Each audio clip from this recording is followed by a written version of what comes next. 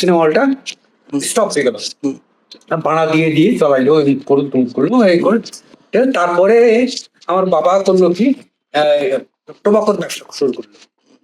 টোবাকোর ব্যবসা শুরু করার পরে আমার বাপ তখন মানে ওই আপনার সিনেমা হলের ব্যবসাটার পর হ্যাঁ প্রথম মেশিন গুলো যে রয়ে গেল মেশিন গুলো ভাড়া দিয়ে দিল, সিনেমা জার্মান থেকে আনা হ্যাঁ জার্মানি থেকে আনা সিনেমা হল ভাড়া দিয়ে দিল। Back in 1952।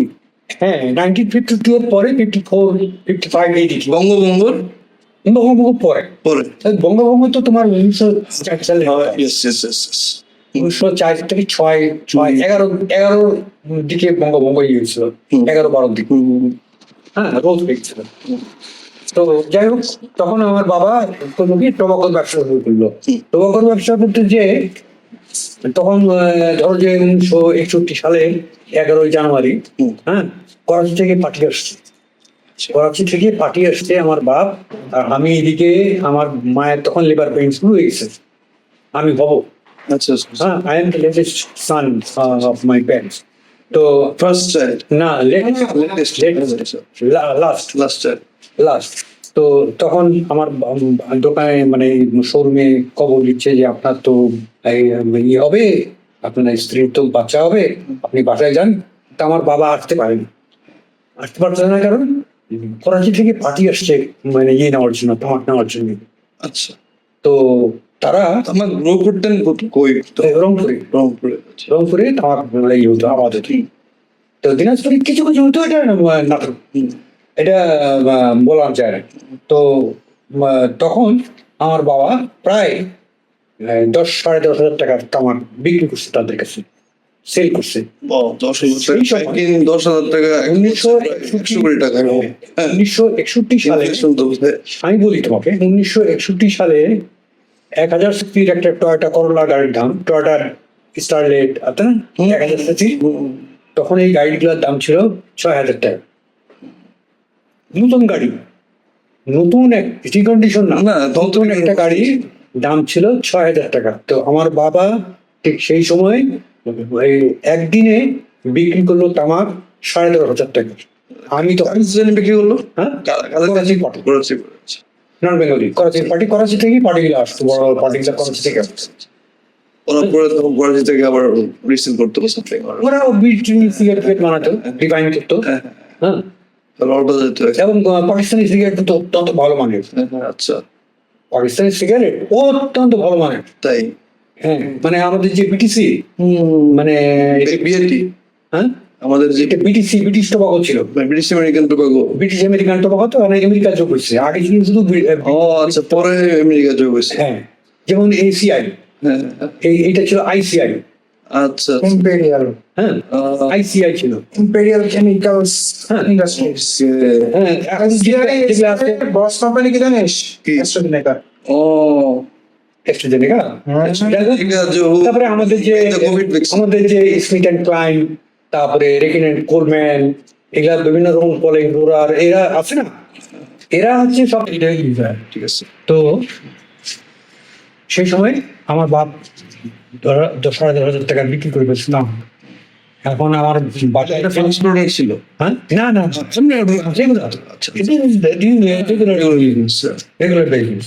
ব্যবসা।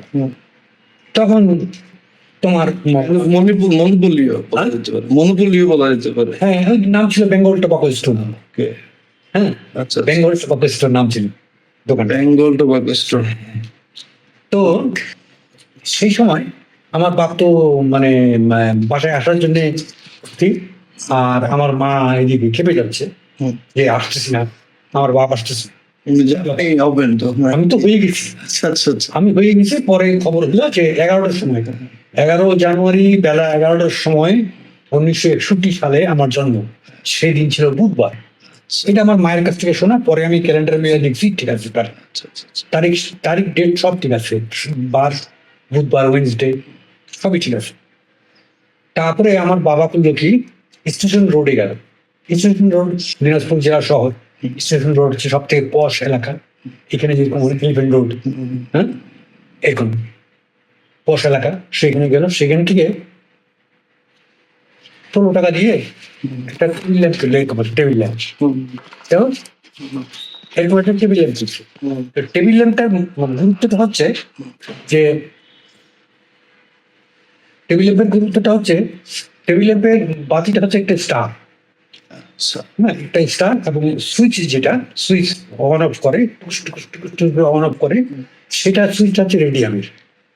ও রেডিয়াম হ্যাঁ, তো বাতিটা যখন অফ থাকে রেডিয়ামটা জ্বলে, হ্যাঁ। তুমি সুইচটা খুঁজে পাবা তাড়াতাড়ি অন্ধকারের মধ্যে, হ্যাঁ জল জল করে রেডিয়ামের, এবং শ্যাডো আছে তোমার এতে বা তারার বাতি, আর নিচে একটা বালি হাঁস, নিচে একটা বালি হাঁস এর ঘুরে যাচ্ছে, পানি থেকে যাচ্ছে ডিটাচ হচ্ছে, আচ্ছা আচ্ছা ডিটাচ হচ্ছে। সেই সেই যে যেটা যে তোমার যে ঢেউ পানির থেকে যে উড়ে যাচ্ছে, বালি হাঁসটা একটা ঢেউ খেলে যাচ্ছে পানি থেকে, ওই ঢেউটা হচ্ছে জাপানের বিখ্যাত একজন পেইন্টার আর্টিস্ট যার নাম হচ্ছে হোকুসাই। হোকুসাই হোকুসাই, হ্যাঁ, এই সেই হোকুসাইয়ের ওয়েব অবলম্বনে ওইটা করা, ও বুঝছো? এইটা পরে আমি যখন আর্ট কলেজে ভর্তি হলাম, যখন আমি হোকুসাইয়ের পেন্টিং দেখলাম, না আপনি ওই যে ওই আপনার হওয়ার সময়টা হওয়ার সময় তখন আমার মাকে ওই ওই টেবিল ল্যাম্পটা উপহার দেয়, আচ্ছা আচ্ছা আচ্ছা টেবিল ল্যাম্পটা উপহার দেয়, এবং বেশ সে খুশি, এবং রাত্রে দুধ খাওয়ানোর জন্য কিংবা পাখাটা পরিষ্কার কেয়ার করার জন্য গুড ঠিক। তখন আপনি পরে আর্ট কলেজে ভর্তি হলেন কখন? না, পরে বুঝছি। তো সেইভাবে আমি সেই টেবিল ল্যাম্পটা সম লেখাপড়া করছি, সেই টেবিল ও মাই গড সব ও লেভেল দিছে।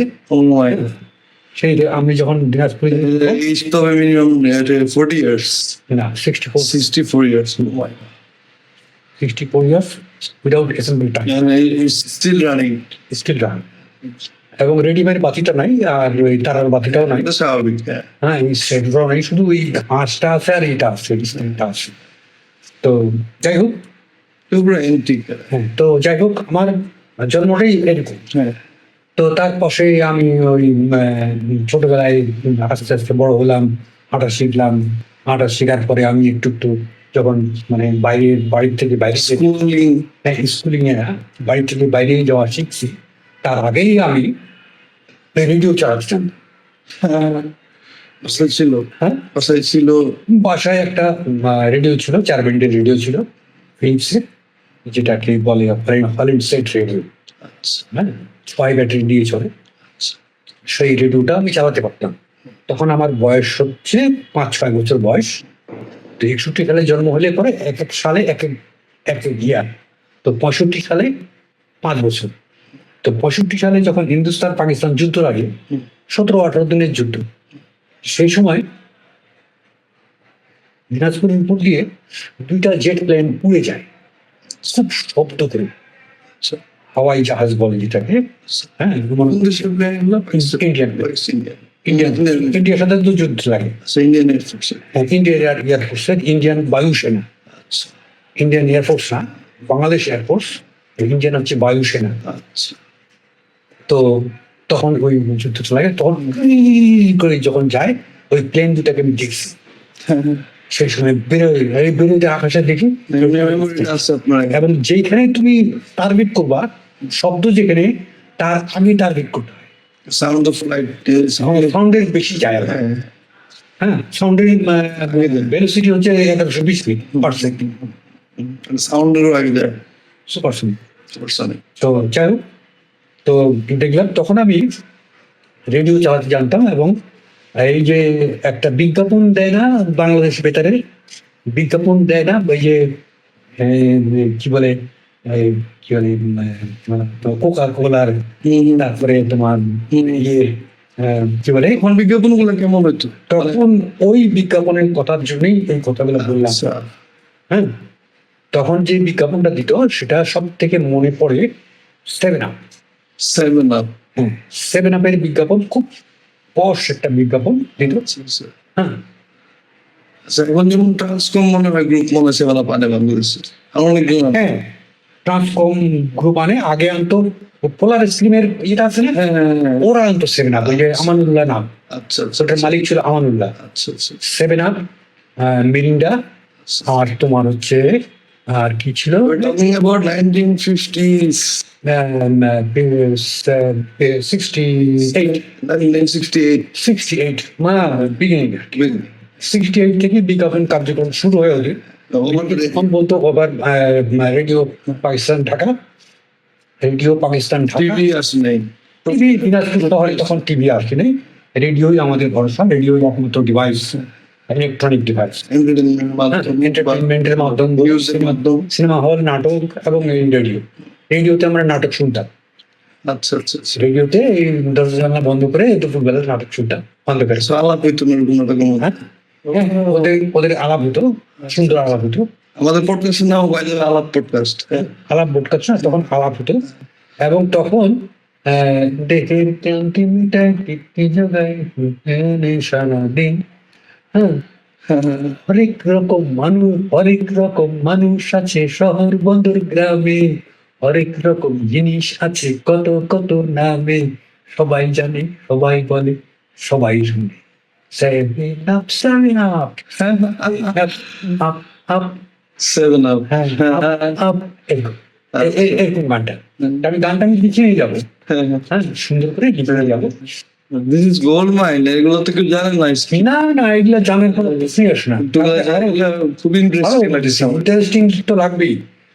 কারণটা হচ্ছে যে তখন এই সমস্ত অ্যাডভার্টাইজমেন্ট আমাদেরকে আমরা যে একেবারে 7 আপ হুমড়ি খেয়ে খাইতাম তা না, আমাদের জীবনটাকে সমৃদ্ধ করেছে। আমাদের জীবনটাকে এই 7 আপ, এই অ্যাডভার্টাইজমেন্ট এবং তোমার যে মনে করো যে সিলন ব্রডকাস্টিং কর্পোরেশন বিদেশ, হ্যাঁ, এটাও একটা তোমার 68 থেকে নাকি 67 থেকে এই সময় ব্রডকাস্টিং শুরু হয় আচ্ছা সিলন। আচ্ছা।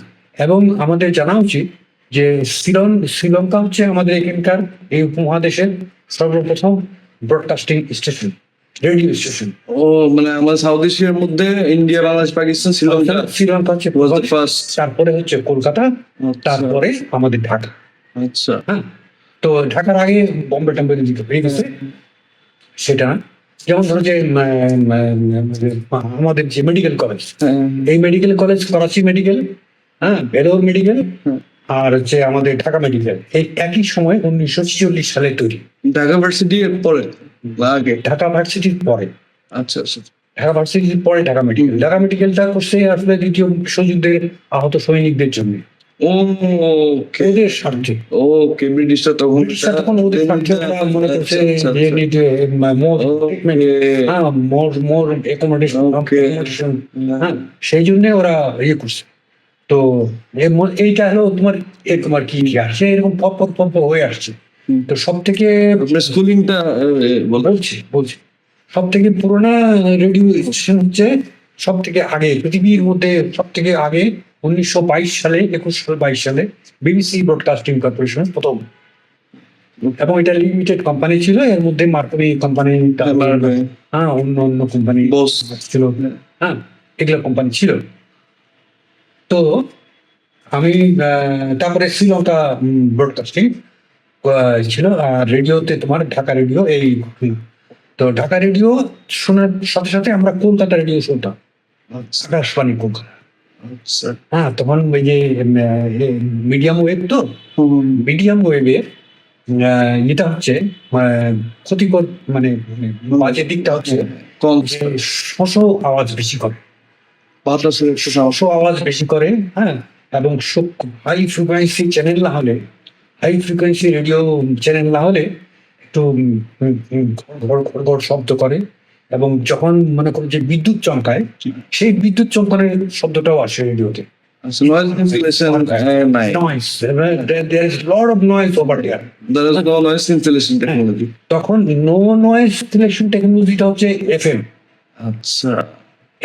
এফএম মডুলেশনটা আবিষ্কারই হয় তোমার হিটলারের দ্বিতীয় বিশ্বযুদ্ধের সময় 1942 সালে। আচ্ছা। 1942 সালে তাদের সেনাবাহিনী টু সেনাবাহিনী, হ্যাঁ, মেসেজ আদান প্রদান করার জন্য কিংবা ইনফরমেশন আদান প্রদান করার জন্য তারা নিজেদের একটা ওয়েবসাইট তৈরি করে ফেলে। এই ওয়েবসাইটটি হচ্ছে এফএম রেডিও। আচ্ছা হ্যাঁ, এফএম রেডিও কিন্তু একটা একটা ওয়্যারলেস সিস্টেমে ওরা হ্যাঁ frequency to frequency frequency to frequency. হ্যাঁ, এখানে তুমি কথা বলবা, Receiver- ওখানে যখন ওভার Yeah. ওভার বলে ও শুরু করবো ওই তখন এরা করলো কি এই যোগাযোগ ব্যবস্থাটা, কমিউনিকেশন হ্যাঁ এই যোগাযোগ ব্যবস্থাটা সারা বিশ্বে কখন হলো। আচ্ছা হ্যাঁ, কিন্তু প্রথম শুরু কনজিউমার লেভেলে চলে আসছে হ্যাঁ? কনজিউমার লেভেলে তখন আসছে না, কনজিউমার লেভেলে অনেক পরে আসছে, অনেক পরে আসছে অনেক পরে আসছে। এটা তোমার 68-এর দিকে হয়তো ইউরোপ আমেরিকাতে আসতে পারে, কিন্তু আমাদের দেশে আমাদের আরো তো অনেক আমাদের দেশে আসছে আমার জানা মতে এটা এই 76-77 মানে 76-77 পোস্ট লিবারেশন আর কি হ্যাঁ পোস্ট লিবারেশন ঢাকা ঢাকা বেতারই বাংলাদেশ বেতার যেটা সেইখান থেকে একটা এফএম চ্যানেল প্রচার হয় এবং সেই চ্যানেলে তোমার English world service world music 1 ঘন্টা 3টা থেকে 4টা পর্যন্ত ওয়ার্ল্ড মিউজিক হতো। সেখানে তোমার বিজিস, তারপর তোমার এবা, তারপর বনিয়েন, হ্যাঁ ডোনা ডোনা সামার, হ্যাঁ তারপরে তোমার এই যে তোমার বিভিন্ন ধরনের যে ইংলিশ গানগুলি এগুলা এটা। তবে আমার ফেভারিট ছিল পল্লী সঙ্গীত, আমেরিকান পল্লী সঙ্গীত যেটা কান্ট্রি সং, কান্ট্রি সং জন ডেনভার, জন ডেনভার কিংবা টম জন কিংবা জন ডেনভারই সবচেয়ে ভালো।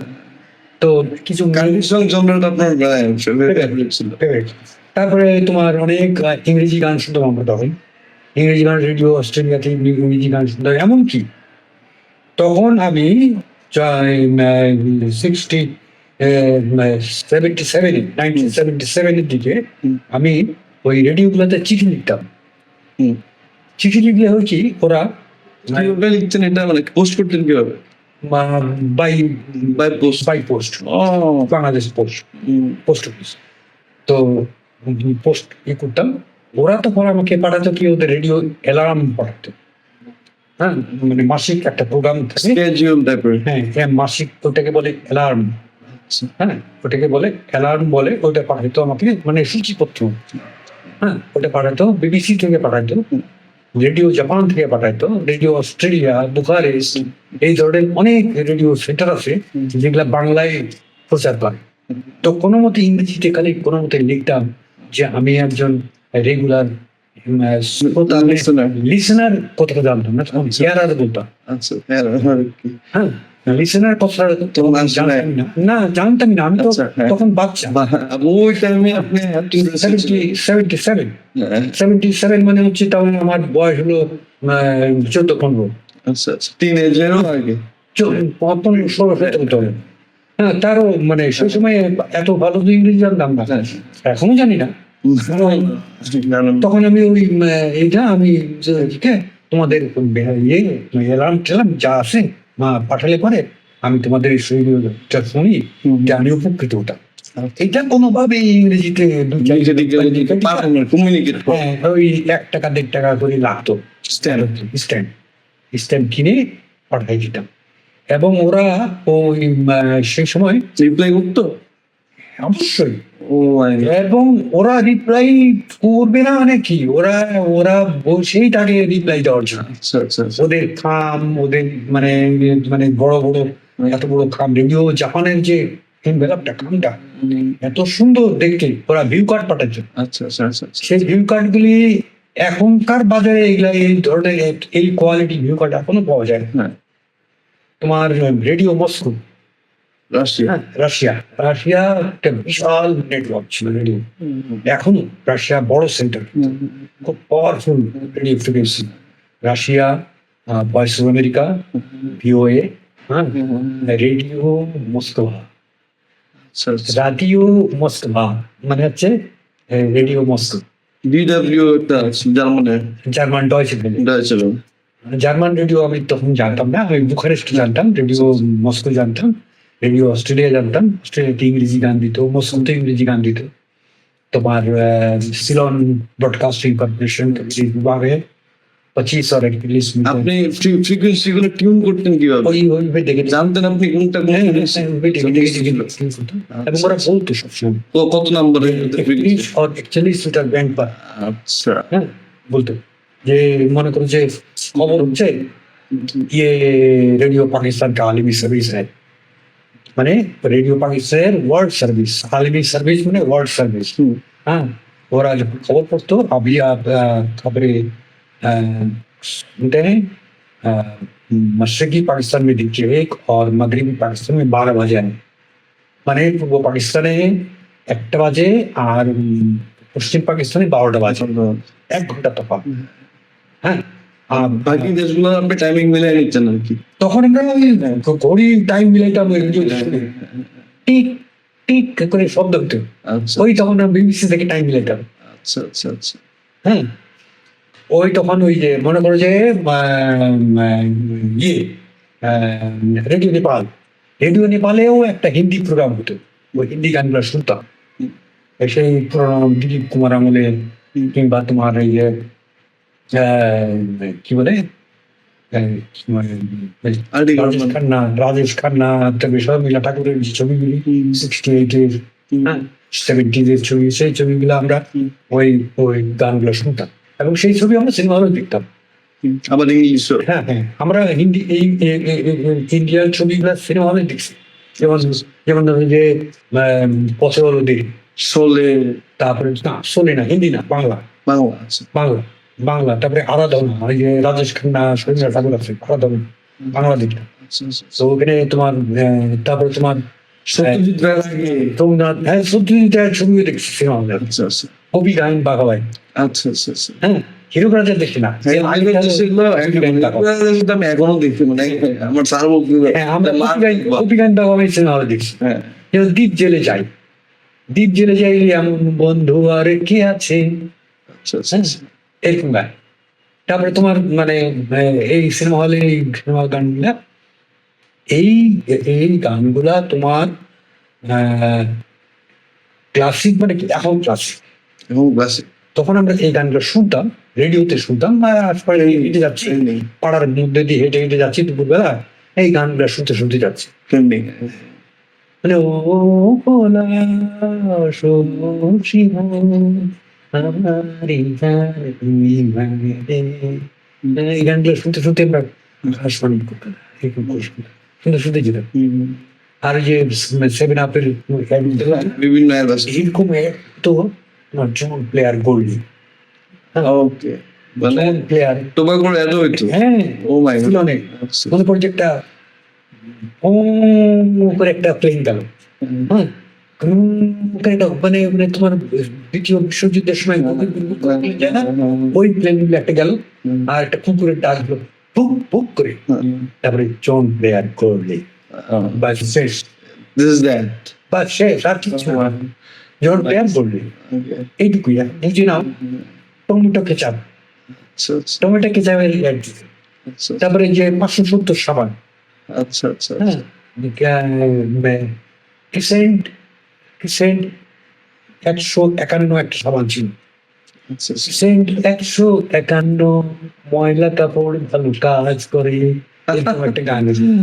হ্যাঁ তারপরে মনে করো যে বাংলাদেশ বা অন্য একটা ভাষাতে হ্যাঁ ওদের ওদের ওদের একটা হ্যাঁ রেডিও নেপাল রেডিও নেপাল বলতে কি আমি রেডিও নেপাল से विज्ञापन सेवा पार्टी बोल रहे हैं বাংলা বাংলায় হচ্ছে যে আমি রেডিও নেপালের বিজ্ঞাপন অনুষ্ঠান থেকে বলছি হ্যাঁ तो هنا إذاعة बांग्लादेश ممكن هنا بيكون استماعات سيداتي وصباتي نشرة الأخبار والصباحية দিল্লি দিল্লি থেকে আরবি ভাষায় আচ্ছা আচ্ছা দিল্লি থেকে আরবি ভাষায় একটা আরবি ওয়ালাদের জন্য আমাদের যেরকম বিবিসি হ্যাঁ হ্যাঁ লন্ডন থেকে বাংলা থেকে বাংলায় প্রচার করে আচ্ছা দিল্লি থেকে আরবিও প্রচার করে দিল্লি থেকে উর্দুও প্রচার করে আচ্ছা আচ্ছা তো ক্রস কানেক্ট এটা হলো কালচারাল অ্যাক্টিভিটিস তো